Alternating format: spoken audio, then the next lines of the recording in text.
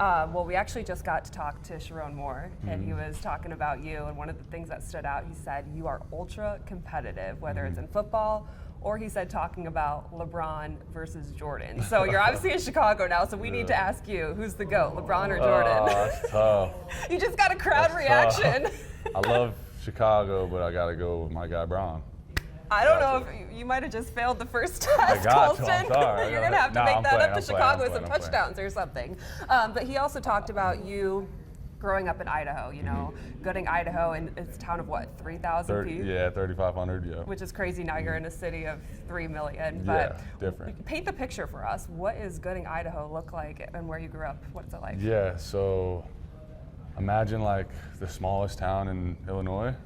A bunch of farm fields, just farmland, ranch, cows, sheep, horses. Like, it's pretty just secluded. Not a whole lot going on over there. Simple life. Easy, yep. So how does that shape you into who you are today?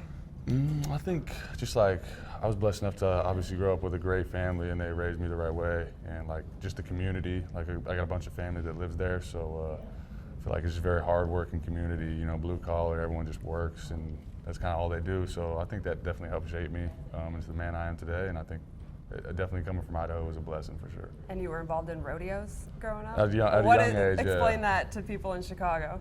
Yeah, so rodeos like, yeah, a bunch of different events. It's a sport, a bunch of different events. You can ride bulls, ride broncs, rope steers, rope calves, bale racing, a bunch of different events. But I just did like goat tying, goat flanking. These were like junior rodeos too. Okay. But I did like goat tying, goat flanking, and like rode a calf, I think. So they're pretty fun. I'd recommend going out to a rodeo if you haven't been to one. All right, cool. there you go. There's some tips when you go visit Idaho. Yeah. Let's talk about football, because you played everywhere on the field in high school. Is that true? Yeah, yep, about everywhere, other than like D-tackle. Okay, so what turned you into a tight end? I think it was like, originally I played receiver, and then I just kind of I was big, like really big, and then not like a 4-3 guy, 4-4 guy, so I was like, try tight end. And like junior year I played tight end and loved it, like loved everything about it. It's like the quarterback, except a step down, you know, you kind of got to know everything. So I fell in love with it, and then obviously went to Michigan and got even more developed, and it was a really good decision. Sharon Moore was talking about how your route running, it developed over time, but now you're highly touted for it. Over time, what did you learn as the keys to becoming a good route runner? Yeah, I feel like this last year I got like a big step, took a big step in my route running. Shout out to Coach Kasula, who's my tight ends coach.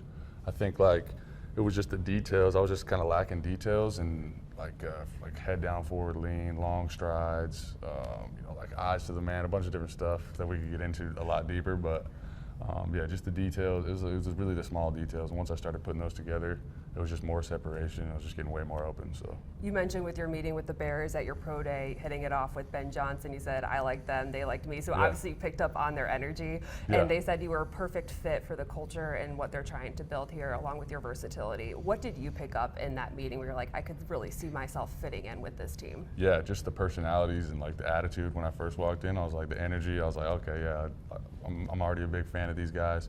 And then just talking ball and like seeing obviously what Coach Johnson has done and can do.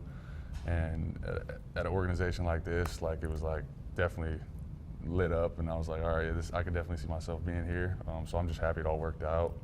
Shout out to everyone here for trusting in me and believing in me. You were right down the road from Detroit. How much did you watch Laporta and what Ben Johnson and how he used him? All the time. No, every time I feel like we were watching the game, it was like, man, he's good. Man, he's good. Just always scheming ways to get people open, find ways to get people open, and he's really good, and he's going to do good things here in Chicago. You said you got a call from your quarterback shortly after you were drafted. You want to share kind of what the message was from him? Yeah, he was just like super excited to have you here.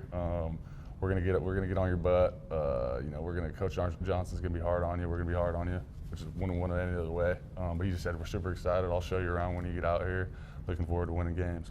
I know you played with J.J. McCarthy. Did you ever come to Chicago with him, or was that mostly when you guys were in Michigan? Yeah, no, I've never been. Yeah, This is my first time in Chicago. All right, so first impressions are what? You're not really in the city right now, but no, up here in Lake Forest, first impressions cool. are? Yeah, I get used to it. I can call this place home for sure. Sharon was saying they only have seniors as captains at Michigan, but if you were to be a senior, you know, you would have been a captain of that team. Describe your leadership style and what you're going to bring to this locker room. Yeah, I think early on it's important to just put your head down at work and earn the respect of teammates, coaches, and earn that trust. And I think you got to go out in the field and do it before you can do anything. So that's the first step, is just go prove myself on the field, just put my head down, work. I haven't proved anything yet, so I got a lot to go, long ways to go. I think that's the most important thing, and then leading by example. And then, once you have done it for a while, like some of these vets, you start speaking up and just making sure you're holding everyone accountable and everyone on the same page.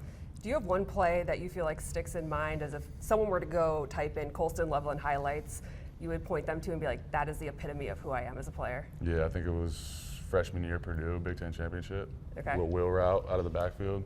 I didn't know if it was going to be that one or your first touchdown, That which we one just was- learned about too. Yeah, that one was And sweet, apparently too. you shushed the crowd. Yeah, I did. Yep. Moore said you have ice in your veins. Yeah. So you understand rivalries. Do you understand the Bears-Packers rivalry? Have you heard of it already in a short amount of time? Yeah, I've heard of it. Yeah, I actually got a lot of Packers fans at home, and they were already chirping. So, but yeah, I understand the rivalry. Like you said, coming from Michigan, the game, and we actually had a couple rivalries.